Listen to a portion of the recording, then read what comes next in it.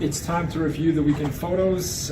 Last week, if you go, well, actually the previous week, I focused on a single photograph and I showed you exactly what I was thinking, all the photographs I took before and after.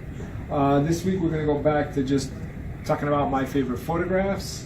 So let's start right up. At the beginning of the week, a street artist from New York City who was actually born in New Bedford returned home for this grand project that he had, which was to paint two ginormous whales on top of these buildings. And you gotta love it, man. I mean, think about it. He's painting whales on the roofs of buildings, aka nobody can see them. But that's the beauty of art, isn't it?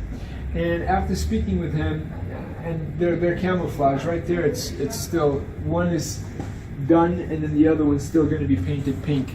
But think about it, it's pretty genius. I guess he's thinking that eventually, when he has a series of whales painted on the roofs of in the city, when you look at like Google Maps and you look at satellite photos, the whales are going to be returning to New Bedford. Pretty darn cool. Spend a lot of time driving, and sometimes like you see something and you wait and it doesn't happen, and that's okay. This is at Mass Maritime on Buzzards Bay, and I drove by, I don't know, a couple months ago, and I noticed that the Buccaneer was there. And I sat there and nothing happened. Well, been there a couple more times, and every time I drive by, I'll just sit there and nothing happens. Well, it happened this time. The doors were open, and then this gentleman comes in and walks through the doors. It just makes for a cool composition, right? It makes for very colorful. See how tight the image is? It's not like showing all kinds of peripheral stuff.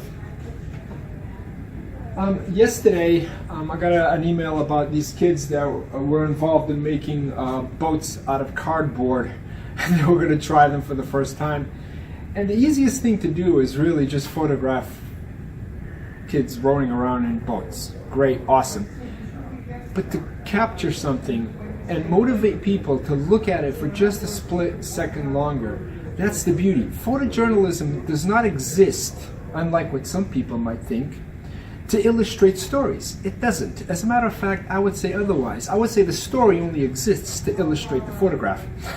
So this tells you a story, it forces you to look, there's an emotion, the way that the kid's handling that paddle. Does he really want to go out on the boat? I'm not too sure. By the way, it sank. And today, I did a new citizens, 21 people from 9 different countries became US citizens. And again, it's the same kind of thing. You can just go there and photograph people with their hands up like this, which you've seen at least 200 million times. Or you can look for photographs that, again, are captivating. They're telling multiple stories in multiple dimensions. It's hard to get photographs like this. Just happen to be lucky. Why does it work? Think about it. If this strip of light behind the guy's head on the ceiling wasn't there, that photograph would have been impossible. Completely impossible. Because then it wouldn't have silhouetted the guy. So keep your eye out for cool stuff like this and just take the picture.